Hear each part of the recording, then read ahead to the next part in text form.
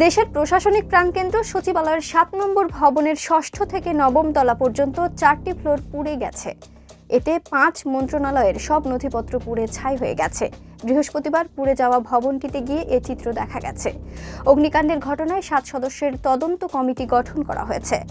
ছাই হয়ে যাওয়া ফ্লোরে ৬ তলায় যুব ও ক্রীড়া মন্ত্রণালয়, শ্রম ও কর্মসংস্থান মন্ত্রণালয়, ৮ম তলায় ডাক ও টেলিযোগাযোগ বিভাগ, ৭ম তলায় স্থানীয় সরকার বিভাগ, পল্লী উন্নয়ন ও সমবায় বিভাগ এবং ৯ম তলায় সড়ক পরিবহন ও মহাসড়ক বিভাগ ছিল।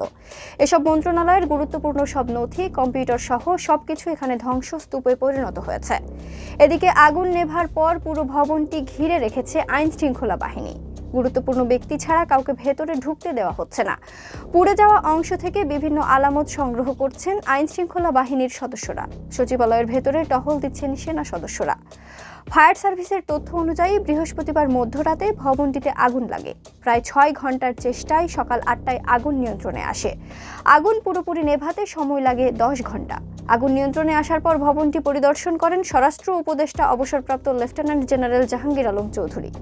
এছাড়া দুপুরে শ্রম ও কর্মসংস্থান এবং নৌ পরিবহন উপদেষ্টা অবসরপ্রাপ্ত brigadier general M Shakhawat Hossain, পরিবেশ, বন ও জলবায়ু পরিবর্তন উপদেষ্টা সৈয়দা রিজওয়ানা হাসান, স্থানীয় সরকার, পল্লী উন্নয়ন ও সমবায় এবং যুব ও ক্রীড়া উপদেষ্টা আসিফ মাহমুদ সজীব ভূঁইয়া।